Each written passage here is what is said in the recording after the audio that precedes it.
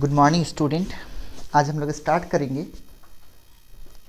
Good morning. आज हम लोग स्टार्ट करेंगे गुरुत्वाकर्षण। क्लास 9th का फिजिक्स चल रहा है और उसमें लेक्चर 1 में हम लोग डिस्कस किए थे अलग अलग साइंटिस्ट के द्वारा कौन कौन सा गुरुत्वाकर्षण के लिए कौन कौन सा मॉडल पेश किया गया। उन सभी मॉडल के बारे में हम लोग स्टडी कर चुके। उसमें दो मॉडल बहुत ही इंपॉर्टेंट है, एक है केपलर का मॉडल और दूसरा है न्यूटन का मॉडल। गौर करेंगे, एक है केपलर का और दूसरा है न्यूटन का। आज हम लोग गुरुत्वाकर्षण को यहाँ से आगे प्रोसीड करेंगे। वैसे जो भी बच्चे जो कंपटीशन 9-10 की तैयारी कर रहे हैं वो खूब सुंदर से वीडियो को देखें, उसका नोट्स बनाइए और उसे बार बार रिवाइज करिए। और हम इतना आपको विश्वास दिला सकते हैं कि एक भी एग्ज़ाम में, चाहे वो आप कोई भी एग्ज़ाम देते हो, एनटीपीसी हो, जीडी हो, सीडीपीओ हो, बीपीएससी हो या एसएससी हो, रेलवे हो, कोई भी एग्ज़ाम देते हैं, साइंस का एक भी क्वेश्चन आपका छूटने वाला नहीं है। बस आपके अंदर एक कॉन्फिडेंस होना चाहिए। साइंस प्रैक्टिस और कॉन्फिडेंस की चीज़ है। वो थोड़ा सा दिमाग को आप इलाबोरेट अगर करते हैं तो उस चीज़ का एक चीज़ है। इसीलिए हम आप सबसे निवेदन करते हैं कि आप जहाँ कहीं भी हैं, आप सबसे पहले तो हार ना मानें, आप पढ़ाई पे कंसंट्रेट करिए। अगर आप घर में हैं वहाँ पे आप काम भी करिए, घर के काम भी करिए और अपने लिए पढ़ाई भी करिए, क्योंकि पढ़ाई एक ऐसी चीज़ है जो खुद आप अपने लिए करते हो। वो आपको नेम और फेम दिलाएगा, वो खुद आपके लिए अपना चीज़ है। तो यही एक ऐसा चीज़ होता है जिससे विद्या ही एक ऐसा चीज़ है, हमारा नॉलेज एक ऐसा चीज़ है जिसे कोई बांट नहीं सकता है। इसीलिए इस चीज़ के पीछे बहुत ही पवित्रता के साथ लगना पड़ता है। तो अपने मन को, अपने दिमाग को पवित्र बनाइए। ये एक माँ सरस्वती का आशीर्वाद है। इस आशीर्वाद को लेने के लिए आपका दिल साफ़ होना चाहिए। दिल को साफ़ करिए और पढ़ना शुरू करिए। चलिए, तो हम लोग स्टार्ट कर रहे थे गुरुत्वाकर्षण को। गुरुत्वाकर्षण में हम लोग कहाँ तक गए, तो एक एक मॉडल को हम लोग डिस्कस कर चुके। आज जो हम लोग मॉडल डिस्कस करेंगे उसमें सबसे पहला होगा केपलर का नियम। आज का हेडिंग है केपलर का नियम। एक एक लाइन को आप सुनेंगे और एक एक लाइन को समझेंगे और एक एक लाइन का नोट्स बनना चाहिए आपके पास। आज का हेडिंग है केपलर का नियम। केपलर आपको बताए थे, केपलर साहब टाइको ब्रे के बहुत ही प्रिय शिष्य थे। टाइको ब्रे साहब जिन्होंने कि रात भर अब एक बांस जो हम लोग के यहाँ होता है उसका उन्होंने टेलीस्कोप बनाया था और उसे वो रात रात भर जाग करके स्टार्स का, ग्रह का, उपग्रह का, तारों का, ब्रह्मांड का, विश्व का वो अध्ययन करते थे।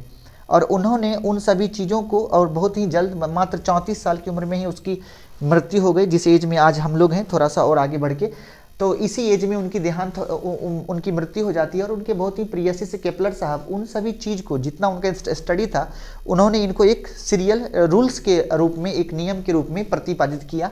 उसी को हम लोग केपलर के नियम के नाम से जानते हैं। तो देखेंगे केपलर का स्टेटमेंट था कि केपलर जो है वो ग्रह संबंधी, बहुत ही पहले तो ये क्वेश्चन बहुत ही इंपॉर्टेंट है, ग्रह संबंधी नियम किसके द्वारा दिया गया। बहुत सारे साइंटिस्ट हैं लेकिन किसने दिया, केपलर का नियम। केपलर का नियम किस चीज़ से संबंधित है, तो ग्रह का जो गति है उस गति से संबंधित नियम किसका है, केपलर का है। ओके, चलिए हम लोग बढ़ते हैं आगे। तो ग्रह संबंधित गति का नियम किसने दिया, तो उन्होंने, किसने दिया है, तो केपलर ने दिया है। ओके, ग्रह संबंधी गति का जो ग्रह संबंधी नियम है वो किसके द्वारा दिया गया, तो वो दिया गया है केपलर के द्वारा। तो इस चीज़ को हम लोगों को समझना पड़ेगा कि ग्रह संबंधी नियम किसने दिया, तो केपलर ने दिया। चलिए, केपलर ने 3 नियम दिया। केपलर ने 3 नियम दिए। पहला है केपलर का पहला नियम। केपलर का पहला नियम, ये भी इंपॉर्टेंट बात है कि केपलर का पहला नियम क्या बताता है। तो पहले हम लोग को ये समझना है, केपलर के पहले नियम को हम लोग बोलते हैं, केपलर के पहले नियम को हम लोग बोलते हैं कक्षा का नियम। कक्षा का नियम, कक्षा का नियम। तो अगर ये पूछ दिया जाए, बहुत ही, यही सब बहुत इंपॉर्टेंट क्वेश्चन है, केपलर के किस नियम को कक्षा का नियम कहते हैं, या कक्षा का नियम केपलर का कौन सा नियम माना जाता है। तो कक्षा का जो नियम है वो केपलर का पहला नियम माना जाता है। केपलर का पहला नियम माना जाता है क्या, कक्षा का नियम। अब इसमें इसका क्या कहना है, इसका कहना है कि ग्रह जो है, कोई भी जो ग्रह है या फिर उपग्रह जो है, उसका गति, ग्रह का गति दीर्घ वृत्ताकार कक्षा, दीर्घ वृत्ताकार पथ पर होता है, पथ पर होता है। इस बात को समझिए, क्या कह रहा है, इसका कहना है कि ग्रह का जो गति होता है वो कहाँ होता है, वो दीर्घ वृत्ताकार पथ पर होता है। इसका कहना है कि ग्रह का गति दीर्घ वृत्ताकार पथ पर होता है। इसका कहना है कि ग्रह का गति दीर्घ वृत्ताकार पथ पर होता है। ठीक है, अर्थात ये दीर्घ वृत्त है। इसके बारे में समझिए। जरा सा यहाँ पे एक नोट आपको सिखाते हैं। इसको बोलते हैं दीर्घवृत्त। दीर्घवृत्त कैसे बनता है, ये है एक्स एक्सिस, ये है वाई एक्सिस, इसको बोलते हैं दीर्घवृत्त। और यहाँ इसको, ये मूल बिंदु है और इसको बोलते हैं मेजर एक्सिस और इसको बोलते हैं माइनर एक्सिस। ये है मेजर एक्सिस और ये है माइनर एक्सिस। और इसका इक्वेशन होता है एक्स स्क्वायर बटा ए स्क्वायर प्लस वाई स्क्वायर बटा बी स्क्वायर इक्वल टू 1। ये दीर्घवृत्त का समीकरण है, एक्स स्क्वायर बटा ए स्क्वायर प्लस वाई स्क्वायर बटा बी स्क्वायर इक्वल टू 1। और दीर्घवृत्त का जो क्षेत्रफल होता है, क्षेत्रफल जो इसका होता है वो होता है पाई ए बी। पाई 3.14 वाला या 22/7 वाला। ए जो है वो मेजर एक्सिस है और बी जो है वो माइनर एक्सिस है। तो ये है आपका दीर्घवृत्त। मतलब अगर आपके पास कोई वृत्त है, एक हाथ नीचे से दीजिए और एक हाथ ऊपर से दीजिए, थोड़ा सा उसको पुश कर दीजिए, तो वो जब दबेगा तो एक नया रूप लेगा और उसी का नाम क्या है, उसी का नाम है दीर्घवृत्त। तो ये क्या हो गया, ये है आपका दीर्घवृत्त। इसको बोलते हैं एक्स एक्सिस, ये है आपका वाई एक्सिस, ये है आपका मूल बिंदु, ये है मूल बिंदु। आप जरा देखेंगे यहाँ पे, ये मूल बिंदु और ये मूल बिंदु के बाद ये हो गया इसका मूल बिंदु। यहाँ पे और यहाँ पे, इस दोनों को बोलते हैं फोकस। क्या बोलते हैं इसको, इसको बोलते हैं फोकस। ये भी फोकस है। कहना हुआ कि ग्रह हो या उपग्रह, वो दीर्घवृत्ताकार पथ पर गमन करता है, दीर्घवृत्ताकार पथ पर गमन करता है। और दीर्घवृत्त में 2 फोकस होता है, उस दोनों में से किसी भी एक फोकस पर सूर्य होगा। दोनों में से किसी भी एक फोकस पर सूर्य होगा। क्या कहना हुआ, इनका कहना हुआ कि पृथ्वी जो है वो दीर्घवृत्ताकार कक्षा पर घूमते रहती है। पृथ्वी जो है वो दीर्घवृत्ताकार कक्षा पर घूमती है और उसमें दीर्घवृत्त का 2 फोकस होगा, पहला और ये दूसरा, या तो यहाँ पे या तो यहाँ पे। दोनों में से किसी एक बिंदु पर, या तो पहले फोकस पर या तो दूसरे फोकस पर, दोनों में से किसी एक बिंदु पर कौन होगा, सूर्य होगा। तो ये है केपलर का पहला नियम, उसी को क्या बोलते हैं, कक्षा का नियम। ओके, तो ये पूरा कहानी इसमें है। दूसरा, अगला हेडिंग देंगे केपलर का दूसरा नियम। ये है केपलर का दूसरा नियम। केपलर का जो दूसरा नियम है इसका नाम है क्षेत्रफल का नियम। क्या नाम है इसका, क्षेत्रफल का नियम। केपलर का जो दूसरा नियम है उसका नाम है क्षेत्रफल का नियम। ये देखिए, ऐसा कहना, कैसे कहना हुआ कि मान लेते हैं कि आप, अच्छा, जो कोई भी जो ग्रह है या उपग्रह वो किस पाथ पर भ्रमण करती है, तो आपने कहा दीर्घवृत्ताकार पर। ये दीर्घवृत्ताकार कक्षा है। यहाँ पे मान लेते हैं, यहाँ पे ये सूर्य है, खूब चमक रहा है, खूब चमक रहा है, बहुत अच्छा लग रहा है, खूब चमक रहा है। अब देखेंगे, मान लेते हैं कि पृथ्वी या कोई ग्रह है जो पहले पॉइंट ए पे था और कुछ देर के बाद वो जाता है पॉइंट बी पर। तो देखिए, एस, ए और बी को अगर मिला दिया जाए तो ये एक प्रकार का चाप बनेगा, एक प्रकार का त्रिज्यखंड जैसा बनेगा। ये जहां हम पेंट कर रहे हैं, क्या आप ये इसको बढ़िया से देख पा रहे हैं, एकदम देख पा रहे होंगे। देखिए, हम एस ए बी, एस सन हो गया, मतलब सूर्य हो गया। सूर्य को, ए को और बी को, अगर इस तीनों को मिलाया जाए, सूर्य को, ए को और बी को मिलाया जाए तो एक त्रिज्यखंड जैसा बनेगा। तो कहना ये है मेरा कि ये एक त्रिज्यखंड जैसा बनेगा। मेरा कहना ये है कि अगर इस तीनों को मिला दिया जाए, अगर इस तीनों को मिला दिया जाए तो त्रिज्यखंड बनेगा। अब मान लीजिए कि यही पृथ्वी हो या कोई ग्रह हो, ये घूमते घूमते कभी यहाँ पे आ गया, ये सी पॉइंट है और ये डी पॉइंट है, तो ये डी पर पहुंच गया। तो अगर एस, सी और डी को मिला देंगे, फिर से ये एक प्रकार का त्रिज्यखंड जैसा बन गया। बोला कि मान लो कि जितना समय ए से बी तक जाने में लगता है, टी समय लग गया, टी समय में वो ए से बी पे पहुंचा, उतना ही समय में ये सी से डी पर पहुंच गया। समझिए बात को, जितना समय में ए से बी तक पहुंचा उतना ही समय में सी से कहाँ पहुंच गया, डी तक पहुंच गया। कहता है कि समान समय अंतराल में, मतलब अगर ए तरफ, ये जो ए बी तरफ है, ए तरफ जितना समय तक ये ग्रह मोशन करेगा उतना ही समय तक सी से डी तक गमन करेगा, यहाँ पे मोशन करेगा। तो बोल रहा है कि समान समय अंतराल में दोनों तरफ जो टाइम मिलना चाहिए वो सेम मिलना चाहिए। अगर ए से बी तक जाने में उसको टाइम टी लगता है तो सी से डी तक भी जाने में उसको टाइम कितना दीजिएगा आप उसको टी समय ही देंगे। तो बोल रहा है कि ए से बी तक कितना टाइम मूव किया, टी टाइम तक मूव किया। तो सी से डी तक भी कितना टाइम मूव किया, टी टाइम मूव किया। बोला कि सेम टाइम इंटरवल में जो एरिया कवर होता है वो एरिया दोनों तरफ बराबर होगा। अर्थात area under the S A B equal to area under the C S D. मतलब क्या, एस ए बी का एरिया और एस सी डी का एरिया दोनों क्या होगा, बराबर होगा। इसका मतलब है कि जब कोई भी ग्रह दीर्घवृत्ताकार पथ पर गमन करती है तो समान समय अंतराल में उसके द्वारा जो क्षेत्रफल कवर किया जाता है, जो क्षेत्रफल तय किया जाता है, वो दोनों तरफ बराबर होता है। इसका मतलब है कि area under the S A B कहाँ हो गया, एस ए बी का क्षेत्रफल, एस ए बी का क्षेत्रफल बराबर क्या होगा, एस सी डी का क्षेत्रफल बराबर हो जाएगा एस सी डी का क्षेत्रफल। अर्थात समान समय अंतराल में जो ग्रह के द्वारा जो क्षेत्रफल स्वेप्ट होता है, क्षेत्रफल जो कवर किया जाता है वो क्या होगा, बराबर होगा। तो ये कौन सा नियम है, दूसरा नियम है किसका, केपलर का दूसरा नियम। क्या कहना है कि समान समय अंतराल में जो क्षेत्रफल तय किया जाता है वो ए से बी और एस के साथ, सी से डी एस के साथ दोनों क्या होगा, बराबर होगा। Area under S A B बराबर area under C S D, ये दोनों क्या होगा, दोनों तरफ से बराबर होगा। इसीलिए एस ए बी का क्षेत्रफल और एस सी डी का क्षेत्रफल बराबर होगा। अब सब लोग ये बोला कि देखेंगे, इसका मतलब ये है कि ये जो लेंथ है ये बड़ा है, ये जो लेंथ है ये बड़ा है।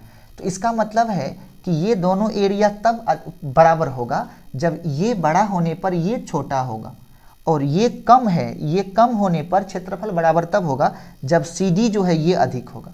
तो क्या बोल रहा है कि आर्क ए बी जो है वो कम होगा किससे, आर्क किससे, आर्क मतलब चाप, आर्क सी डी से। गौर करिएगा, क्योंकि इसका ये भुजा अगर अधिक लंबी है तो ये भुजा कम होगी, अगर ये भुजा कम है तो ये भुजा अधिक होगी। तो लिखता है कि आर्क ए बी जो होगा वो कम होगा, आर्क ए बी जो होगा वो कम होगा किससे, आर्क सी डी से। आर्क ए बी जो होगा वो कम होगा किससे, कम होगा आर्क सी डी से। तो अगर ये ए बी का आर्क कम है और सी डी का आर्क यदि अधिक है, अगर ए बी का आर्क कम है और सी डी का आर्क अधिक है, इसका मतलब है कि अगर दोनों तरफ समय तो समान लगेगा, अगर टाइम से डिवाइड कर देते हैं तो दोनों तरफ समय से भाग करने पर आप क्या करिए, दोनों तरफ समय से भाग कर दीजिए। समय से भाग कर दिए तो क्या मिला आपको, आपको मिला आर्क मतलब चाप ए बी बटा T less than arc C D बटा टी, दोनों तरफ समय से भाग कर दिए। आर्क मतलब क्या होता है, चाप क्या है, एक प्रकार की दूरी है। चाप क्या है, तो चाप एक प्रकार की दूरी है। चाप कौन चीज है, चाप कुछ नहीं है, चाप एक प्रकार की दूरी है। सर चाप यदि दूरी है तो हम ये कहना चाहते हैं कि यदि चाप यदि दूरी है तो इसका मतलब ये क्या है, दूरी बटा समय है। आप गौर करिए, ये क्या है, दूरी बटा समय, और दूरी बटा समय को आप क्या कहते हैं, दूरी बटा समय को आप चाल कहते हैं। इसका मतलब ये क्या है, चाल है कहाँ का, ए बी का, ये क्या है, चाल है कहाँ का, तो ये है सी डी का। इसका मतलब जब कोई भी ग्रह, चाल को लिखते हैं वेलोसिटी, वैसे भी ए बी लेस देन भी सी डी। इसका मतलब क्या है कि जब कोई ग्रह ए बी की तरफ जाती है, ए बी की तरफ जाने का मतलब सूर्य से दूर जाती है। इस सब लाइन को समझिए, जब कोई ग्रह सूर्य से दूर जाती है, मतलब अगर कोई ग्रह है, अगर यहाँ पे सूर्य है और ग्रह का पाथ इस प्रकार का है, इसी को ना आपने बोला है ए, यहाँ पे बी, तो इसका मतलब जब वो ए से बी की तरफ जाती है, ए से बी की तरफ जाती है, देखिएगा मतलब अभी ये कहाँ पे, सूर्य से दूर में है, सबसे दूरस्थ बिंदु पे है, और ये कैसा है, ये सबसे नज़दीक बिंदु का, यहीं पे सी है, यहाँ पे डी है। इसका मतलब है कि जब कोई ग्रह सूर्य के दूर से जा रही होती है तो उसका गति जो है वो मंद रहता है, मंद मतलब धीरे धीरे चलता है। और अगर कोई ग्रह सूर्य से दूर में होता है तो उसका जो गति होता है, उसका गति जो है वो त्वरित होता है, मतलब क्या, वो तेजी से चलती है। इसका मतलब जब कोई ग्रह सूर्य के नज़दीक से, अगर कोई ग्रह सूर्य के नज़दीक से सूर्य से दूर जाती है तो उसका वेग घटता है। उसका वेग घटता है। अगर कोई ग्रह सूर्य के नज़दीक आती है तो उसका वेग बढ़ता है। ये समझिए, उसका वेग बढ़ता है। क्यों? क्योंकि यहाँ पे तो वेग मंद है, यहाँ पे वेग अधिक है। त्वरित, त्वरित का मतलब अधिक है। तो यहाँ पे जो गति है वो कम है, यहाँ पे जो गति है वो अधिक है। इसका मतलब अधिक से कम हुआ, तब ना वेग घट रहा है। यहाँ पे क्या अधिक है, यहाँ कम है, तो यहाँ जब आएगी सूर्य के नज़दीक आता है तो इसका मतलब उसका वेग बढ़ रहा है। तो अगर कोई ग्रह सूर्य से दूर जाता है तो उसका वेग क्या हो रहा है, घट रहा है। अगर कोई ग्रह सूर्य के करीब आता है तो उसका वेग क्या होता है, बढ़ता है। तो ये किसका नियम है, ये स्टेटमेंट किसका है, तो ये स्टेटमेंट है केपलर का। और वो किस नियम के तहत, दूसरे नियम के तहत। और उस नियम का क्या नाम है, उसी नियम का नाम है क्षेत्रफल का नियम। अब देखेंगे तीसरा, जो तीसरा नियम है उसको बोलते हैं केपलर का तीसरा नियम। ये है केपलर का तीसरा नियम। केपलर के तीसरे नियम का नाम है आवर्तकाल का नियम। आवर्तकाल का नियम, केपलर का जो तीसरा नियम है, इस नियम का क्या नाम है, तो इस नियम का नाम है आवर्तकाल का नियम। केपलर का जो तीसरा नियम है इसका नाम है आवर्तकाल का नियम। अब ये नियम क्या कहता है, ये क्या प्रपोज करता है, जरा ये समझते हैं। इसका कहना है कि गौर करेंगे, जैसे केपलर का पहला नियम क्या बोला कि ये दीर्घवृत्ताकार है और यहाँ पे क्या है, सूर्य है। तो हम लोग अगर देखें तो ये क्या है, बहुत सारा, ये सब रेडियस है। ये सब क्या है, ये सब क्या है, ये सब रेडियस है। ये सब रेडियस है। सब रेडियस अलग, रेडियस में त्रिज्या, सब त्रिज्या क्या है, अलग अलग है। ये R1, ये R2, ये R3, ये R4, बहुत सारा त्रिज्या है, बहुत सारा, ये सब त्रिज्या है।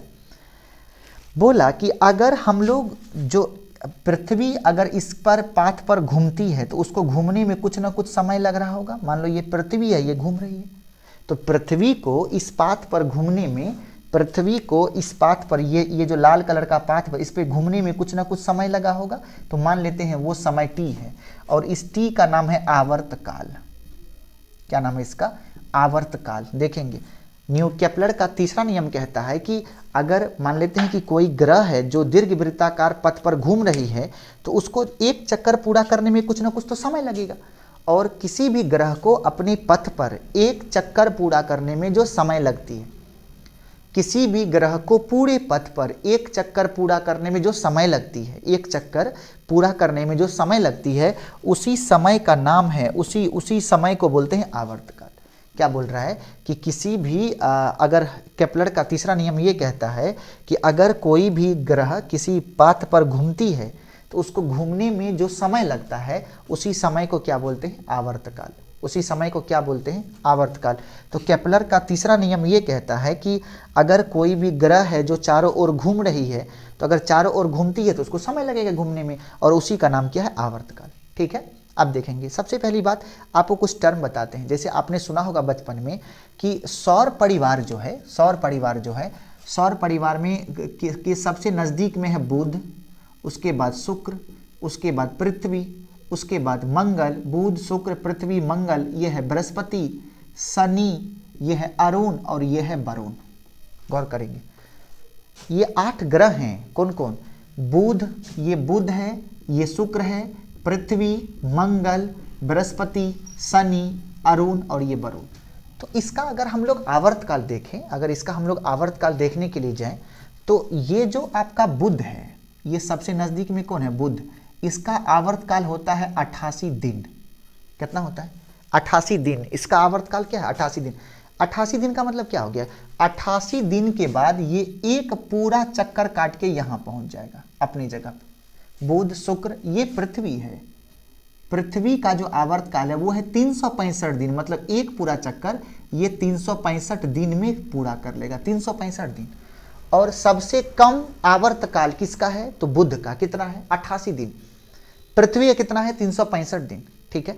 और बुध, शुक्र जो है इसका होता है 161 दिन, ये 161 दिन। ठीक है। और जो सबसे अधिक होगा वो किसका होगा, वो यहाँ पे है वरुण। वरुण, इसका होता है 165 वर्ष, 165 वर्ष। सबसे अधिक आवर्तकाल किसका होता है, 165 वर्ष वरुण का। मतलब वरुण को अगर एक पूरा चक्कर अपने इस पाथ पे लगानी है तो 165 साल के बाद वो पूरे सूर्य को घूम करके अपनी जगह पे आएगा। पृथ्वी जो है सूर्य के चारों ओर एक चक्कर लगाने में 365 दिन, वही उसका आवर्तकाल है। अपने अक्ष के अबाउट, जैसे पृथ्वी ऐसे भी घूमती है ऐसे भी घूमती है, मतलब पृथ्वी के पास दैनिक गति भी है और उसके पास वार्षिक गति भी है। दैनिक गति की वजह से दिन रात का होना, हवा बहना, ये सभी, नदी का बहना, हवा का बहना, पानी का बहना, ये सभी चीज़ क्या है, दैनिक गति, दिन रात का होना दैनिक गति। लेकिन जो मौसम का परिवर्तन है वो वार्षिक गति के कारण होता है। वार्षिक गति सूर्य के चारों ओर करती है और दैनिक गति अपने अक्ष के चारों ओर करती है। और दैनिक गति का जो आवर्तकाल है वो है 24 घंटा। पृथ्वी का जो दैनिक गति का आवर्तकाल है वो कितना है, 24 घंटा। लेकिन पृथ्वी का जो वार्षिक गति है, जो सूर्य के चारों ओर घूमने का है, वो है 365 दिन। उसी को हम लोग एक वर्ष कहें। जितना समय में पृथ्वी अपने पूरे सूर्य के चारों ओर एक चक्कर मार लेता, उसी को आप बोलते हैं एक वर्ष। ठीक है, मतलब एक एक वर्ष पर उसका चक्कर पूरा होता है, चक्कर पूरा होता है, चक्कर पूरा होता है, रिपीट करता है, उसी को बोलेंगे आवर्तकाल। तो मान लेते हैं कि सूर्य के चारों ओर घूमने में उसका आवर्तकाल कितना लग गया, टी लग गया। सबका तो अलग अलग होता है, तो मान लिए टी। अब जरा देखेंगे, लेकिन यहाँ पे रेडियस बहुत सारा है। अगर रेडियस बहुत सारा हो तो हम लोग निकालेंगे एवरेज रेडियस। एवरेज कैसे करेंगे, जितना रेडियस देगा ना सर, सबको जोड़ देंगे, अब बट्टा जितना जैगो रेडियस देगा उतना से भाग कर देंगे, आर एवरेज निकल गया। इसी आर एवरेज को हम पुकारेंगे आर के नाम से, आर के नाम से आर एवरेज निकल गया। तो केपलर का तीसरा नियम का कहना है कि कोई भी ग्रह जब अपने पथ पर गमन करती है तो उसको गमन करने में जो समय लगता है उसका वर्ग, गमन करने में जो समय लगता है उसका जो वर्ग होगा वो औसत त्रिज्या के क्यूब का, औसत क्यूब मतलब घन, औसत त्रिज्या के घन का, औसत त्रिज्या के घन का समानुपाती होता है। जब कोई भी ग्रह किसी सूर्य के चारों ओर घूमती है तो उसका एक औसत त्रिज्या, देखिए इस त्रिज्या का क्या नाम है, इसका नाम है औसत त्रिज्या।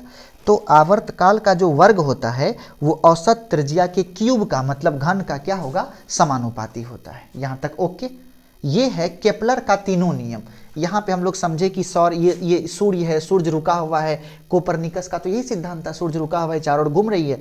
ये बुध, शुक्र, पृथ्वी, मंगल, बृहस्पति, शनि, अरुण, वरुण। उसके बाद एक और था पहले, प्लूटो, जिसको कि आपने बौना ग्रह के नाम से जानते हैं, उसको फिर आपने बाहर कर दिया, क्योंकि वो ग्रह का जो एक रूल्स और रेगुलेशन होता है, ग्रह का जो एक क्राइटेरिया होना चाहिए, उसको फुलफिल नहीं कर पा रहा था। कौन, प्लूटो। इसीलिए आपने क्या किया, उसको बाहर कर दिया। आप इस पूरे लेक्चर को यहाँ तक जल्दी से और सुंदर से नोट्स बनाइए, तब तक हम रुकते हैं आपके लिए।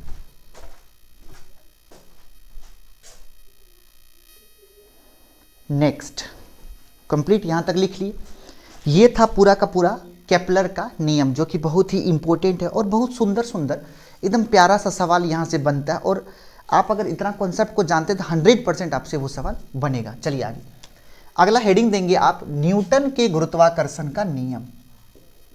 न्यूटन के गुरुत्वाकर्षण का नियम, न्यूटन के गुरुत्वाकर्षण का नियम, इसका देखिए क्या कहना है।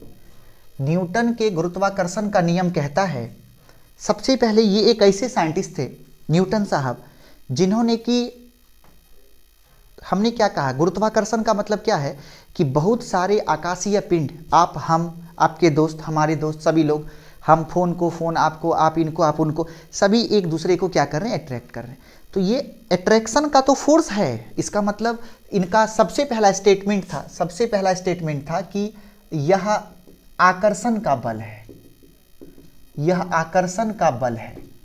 कौन, गुरुत्वाकर्षण जो है वो किसका, आकर्षण का बल है। दूसरा, यह दो द्रव्यमान के बीच, द्रव्यमान को बोलते हैं मास, मास या फिर वस्तु के बीच लगता है।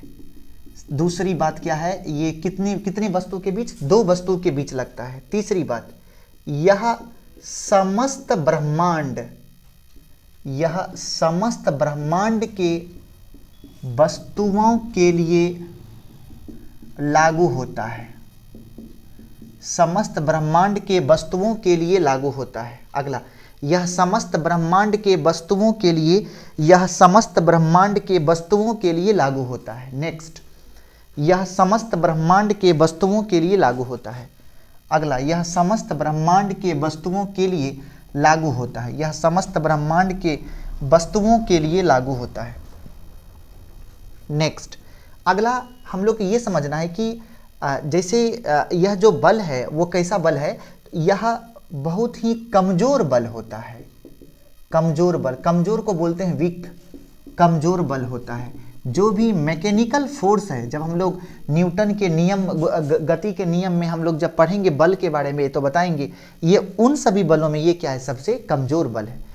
न्यूटन ने सबसे पहले ये प्रूव किया किस तरीके से जो है दो वस्तु आपस में एक दूसरे को खींचती है। तो उनका कहना था कि मान लेते हैं कि एक वस्तु m1 है और ये दूसरा वस्तु m2 है। m1 m2 दोनों का द्रव्यमान है, दोनों वस्तु का, और दोनों के बीच का दूरी r है। तो न्यूटन का जो गुरुत्वाकर्षण का जो नियम है, ये किसका नियम है, ये न्यूटन का नियम है। इसका कहना है कि यहाँ देखेंगे ये जो m1 है वो m2 को खींचेगा और जो m2 है वो m1 को खींचेगा। अर्थात m1, ये जो m1 है वो m2 को खींच रहा है और m2 जो है वो m1 खींच रहा है। तो m1 जो फोर्स लगा रहा है वो किस पे लगाएगा, 2 पर, तो इसका नाम है फोर्स ऑन 2/1। ये जो m2 लगाएगा उसका नाम होगा F12, फोर्स ऑन 1/2। अर्थात दूसरे मास को पहले के द्वारा खींचना और पहले मास को दूसरे के द्वारा खींचना। तो क्या देखा गया कि दोनों मास F12 और F21 ये दोनों बराबर होता है। जितना बल से हम आपको खींचते हैं उतने ही बल से आप हमें खींचते हैं। जितना जोर से पृथ्वी मैया हम लोगों को खींचती है उतना ही जोर से हम लोग मैया को भी खींचते हैं। लेकिन होता क्या है कि मैया का मास बहुत अधिक होने की वजह से उनमें फ्लक्चुएशन नहीं होता है, उनमें गति हम लोगों को नहीं दिखता है। लेकिन हम लोगों का मास फुचकू जैसा होने की वजह से मैया हम लोगों को चुट से खींच लेती है। तो यहाँ पे ये सिखा रहे हम लोग को न्यूटन साहब कि ये दोनों एक दूसरे को बराबर बल से खींच रही है, इसीलिए उसका नाम क्या दे दिए, F। ठीक है, अब देखेंगे दूसरा F12 और F21, मतलब एक दोनों, जैसे कि m1 m2 को खींच रहा है, m2 m1 को खींच रहा है, तो इस दोनों का जो खींचने का जो ये फोर्स लग रहा है, इस दोनों के द्वारा जो खींचने का जो फोर्स लग रहा है, उस फोर्स का जो मान होगा उसका अनुपात 1:1 होता है। ठीक है, तो ये जो फोर्स है उनका कहना है कि दोनों एक दूसरे को खींचेगा, लेकिन उनका कहना था कि दो वस्तु के बीच जो लगने वाला आकर्षण का बल होता है इसको हम बोलेंगे और आप उनको तुरंत लिखेंगे। तो न्यूटन का कहना हुआ कि दो वस्तु के बीच जो आकर्षण का बल होता है वो दोनों वस्तु के द्रव्यमान के गुणनफल का समानुपाती और उनके बीच का जो दूरी है उसके वर्ग का व्युत्क्रमानुपाती होता है। कौन बोले ये बात कौन बोल रहे हैं, ये बात बोले न्यूटन साहब कि अगर m1 m2 है, दोनों के बीच अगर बल लग रहा है तो उनके बीच जो लगने वाला बल होगा, उनका जो बल का जो मान होगा वो किसके समानुपाती होगा, दोनों द्रव्यमान के गुणनफल का समानुपाती और बीच के दूरी का जो वर्ग है उसका व्युत्क्रमानुपाती होगा। समीकरण 1 और 2 को अगर मिला दिया जाए तो यहाँ पे लिखेंगे समीकरण 1 एवं 2 से अगर हमने क्या किया, 1 और 2 को मिला दिया, यदि 1 और 2 को मिला देंगे तो क्या हो जाएगा, तो यहाँ पे ये होगा कि F समानुपाती 1 और 2 मिल जाएगा तो क्या बनेगा, m1 m2, अब भाई कितना हो गया r²। समानुपाती जब हटाएंगे तो एक कांस्टेंट आता है उसका नाम है g m1 m2/r², और इसी फॉर्मूला को बोलते हैं न्यूटन के गुरुत्वाकर्षण का सूत्र। F = क्या हो गया, g m1 m2/r²। यही क्या है, यही, इसको तो आप हमेशा याद रखेंगे, इसी को बोलते हैं Newton's law of gravitation, Newton के गुरुत्वाकर्षण का नियम। इसका नाम है न्यूटन के गुरुत्वाकर्षण का नियम। F = g m1 m2/r², F = g m1 m2/r², F = g m1 m2/r²। F क्या है, F बल है, दोनों द्रव्यमान के बीच लगने वाला।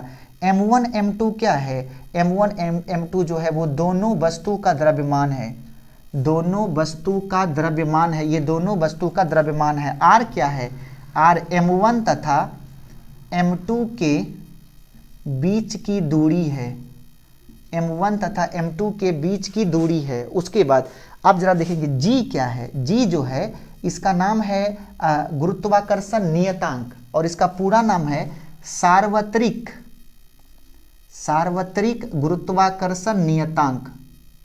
सार्वत्रिक गुरुत्वाकर्षण नियतांक, इसका क्या नाम है, सार्वत्रिक गुरुत्वाकर्षण नियतांक। इसका क्या नाम है? इसका नाम है सार्वत्रिक गुरुत्वाकर्षण नियतांक। किसका नाम?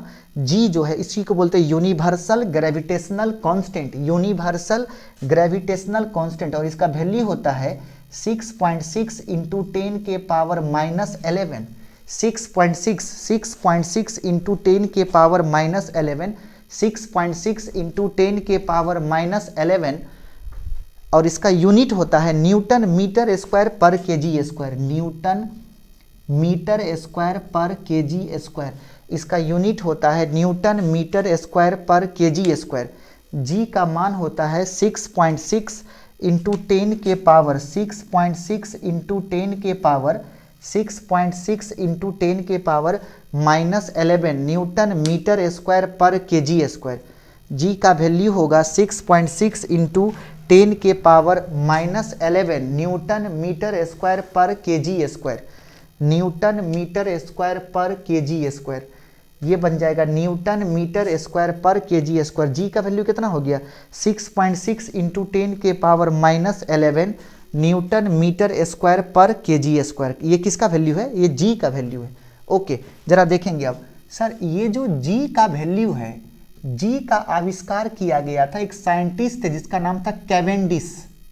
अगर ये बोला जाए कि जी किनके द्वारा दिया गया, तो कैवेंडिश साहब के द्वारा। जी का जो वैल्यू दिया गया, जी को किसने डिफाइंड किया? कैवेंडिश साहब ने। जी का मान किसने दिया? कैवेंडिश साहब ने। किसके द्वारा? इनका कहना था कि एक एक्सपेरिमेंट हुआ था, टॉर्सनल एक्सपेरिमेंट, टॉर्सनल का प्रयोग के द्वारा। टॉर्सनल क्या है वो जरा समझिए। जैसे आपका ये हाथ है, इस हाथ को कोई ऐसे मचोड़ता है, इसी को बोलते हैं टॉर्सन। टॉर्सन का मतलब होता है मरोड़ना, और मरोड़ने के का जो प्रयोग है, उस प्रयोग के द्वारा, इस प्रयोग को यहाँ पे करके कोई फायदा नहीं है, बस ये इस कॉन्सेप्ट को जानना है, इस लाइन को जानना है, किस प्रयोग के द्वारा जी का वैल्यू निकाला गया। तो वो क्या है? टॉर्सनल का प्रयोग। टॉर्सनल का प्रयोग मतलब होता है मरोड़ने का प्रयोग। मरोड़ने के प्रयोग के द्वारा कैवेंडिश साहब ने जी का वैल्यू कितना निकाला?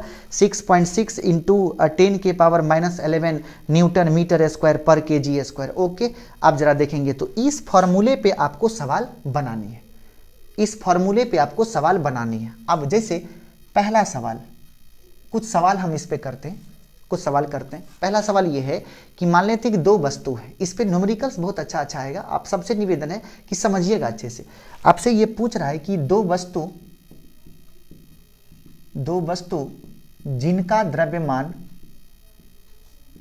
द्रव्यमान 4 kg तथा 1 kg है, 1 kg है।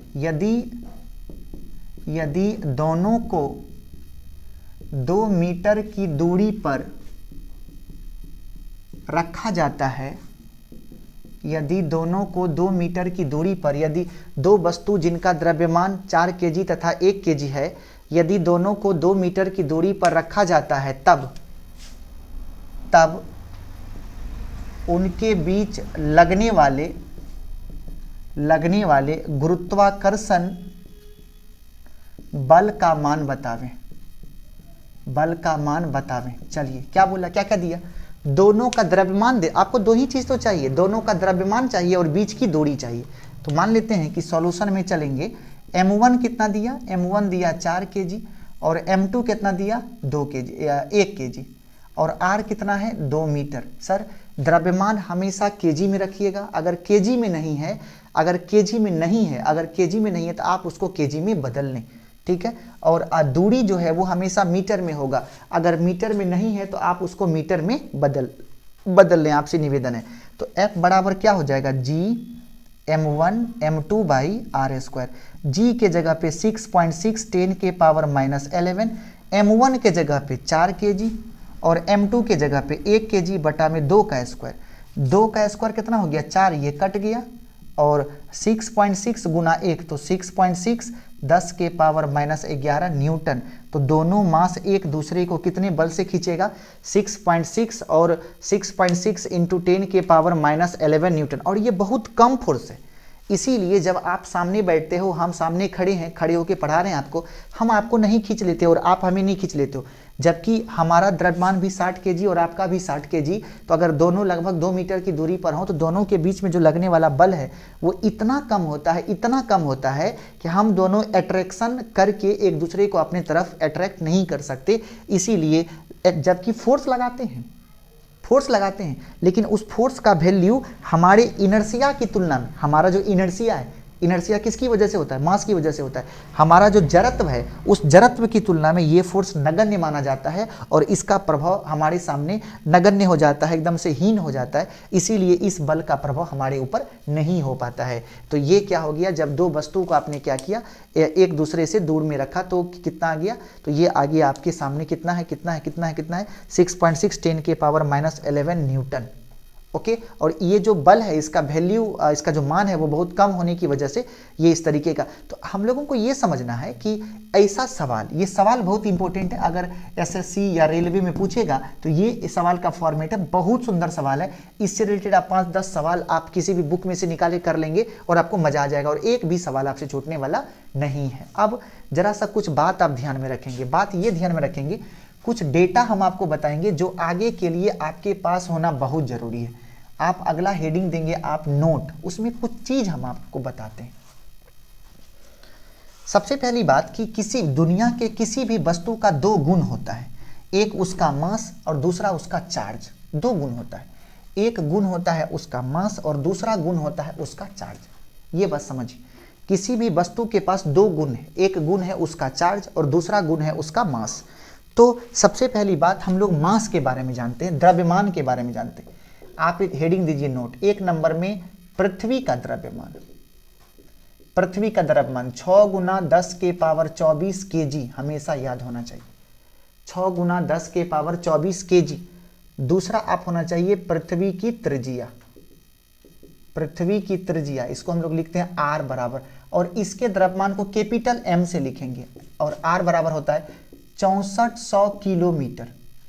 6400 किलोमीटर, मीटर जब बनाएंगे तो 6400 में क्या करेंगे, 1000 से भाग करेंगे, मीटर बन गया, मतलब 64 × 10 के पावर 3 2 5 मीटर। लेकिन लिखने का स्टैंडर्ड तरीका 6.4 10 के पावर 6 मीटर। ये क्या है, पृथ्वी का त्रिज्या है, या ये कहिए या फिर आप ये कहिए, दोनों पृथ्वी का ही त्रिज्या है। ओके, नेक्स्ट हम लोग आगे बढ़ेंगे। हम लोग जब आगे बढ़ेंगे तो हम लोग को पता चलेगा, तीसरा आपको याद रखना है सूर्य का द्रव्यमान। सूर्य का द्रव्यमान, सूर्य का जो द्रव्यमान होता है वो होता है 1.9 10 के पावर 30 kg, 1.9 10 के पावर 30 kg। चौथा आपको याद रखना है सूर्य का व्यास।